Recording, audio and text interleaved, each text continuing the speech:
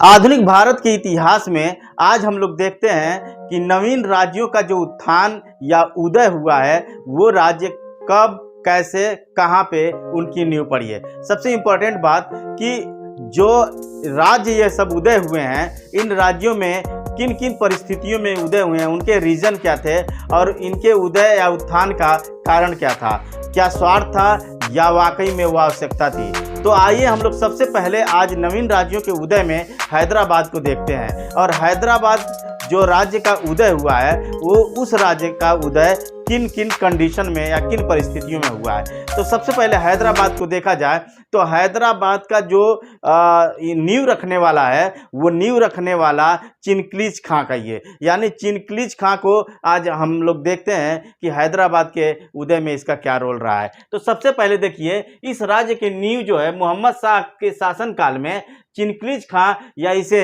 निजामुल मुल्क भी कहते हैं, इन दो नामों से इसे जाना जाता है। अब मोहम्मद शाह के ही शासनकाल में ये जो है इसकी नींव पड़ी है। तो इम्पोर्टेंट पहलू ये है।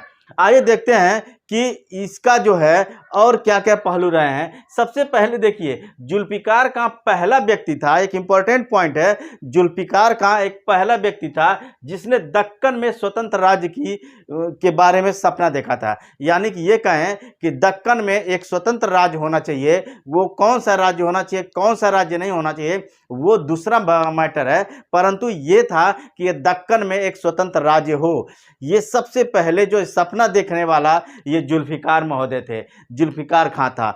अब आइए दूसरी पॉइंट देखते हैं इससे संबंधित कि 1720, 22, 23 और 24 बहुत इंपॉर्टेंट पहलू हैं। इनको देखिएगा कि 1720 में चिनक्लीज खां को दक्षिण का सूबेदार नियुक्त किया गया, यानी दक्षिण भारत का सूबेदार नियुक्त किया गया। किसको? चिनक्लीज खां को। चिनक्लीज खां जब 1720 में दक्षिण भारत का सूबेदार नियुक्त होता है, उसके बाद 22 में उसने दिल्ली पर उसे फिर से दिल्ली बुला लिया गया। 20 में तो उससे सूबेदार नियुक्त किया गया दक्षिण भारत का, 22 में उसे बुला लिया गया, यानी दिल्ली में फिर 22 में उसे बुला लिया गया। और बुलाने के बाद जो है उसे एक पद दे दिया गया और वो पद था वजीर का, यानी कि दक्षिण भारत से उसे दिल्ली बुलाकर वजीर का पद दे दिया गया। इस दरबार में, इसके संदर्भ में, चिनक्लीज खां के संदर्भ में देखा जाए तो वो थोड़ा सत्यवादी टाइप था, उसके अंदर जो बहुत ज़्यादा चालबाजी नहीं पसंद थी।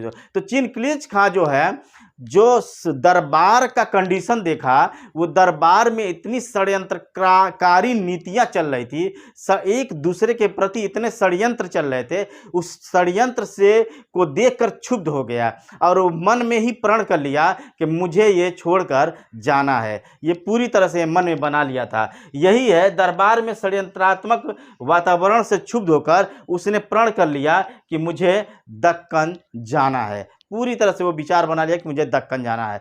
ये 20 में चिनक्लीज खां को दक्षिण का सूबेदार नियुक्त किया जाता है, 22 में उसे दिल्ली में बुला लिया जाता है और फिर उसने जो है अपना कंडीशन सब देखता है, मन में प्रण करता है मुझे दक्कन जाना है। और फाइनली जो है 23 में उसके साथ क्या होता है कि अंत में वो शिकार के बहाने, 23 में शिकार करने के बहाने वो निकलता है और वो जो है दक्कन में की ओर प्रस्थान कर लेता है।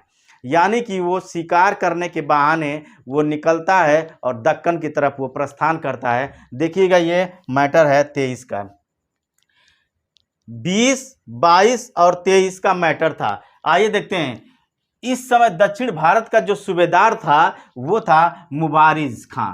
मुबारिज खां दक्षिण भारत का सूबेदार था। अब मोहम्मद शाह इस बात से बहुत ही रुष्ट हुआ, मतलब उसके अंदर क्रोध आया कि उसने जो है मेरे वजीर के पद को वो छोड़कर और वो जो है मुझसे दगेबाजी करके चला गया। तो उसने क्या किया, मोहम्मद शाह ने मुबारिज खां को यह आदेश दिया कि तुम किसी भी कंडीशन में, किसी भी स्थिति में, किसी भी परिस्थिति में, सबसे या मृत्यु, किसी भी कंडीशन में उसे पकड़ कर लेके आओ। जीवित या मृत्यु जो है उसे पकड़ने की बात की कि जीवित या मृत्यु उसे जो है उपस्थित करो मेरे सामने।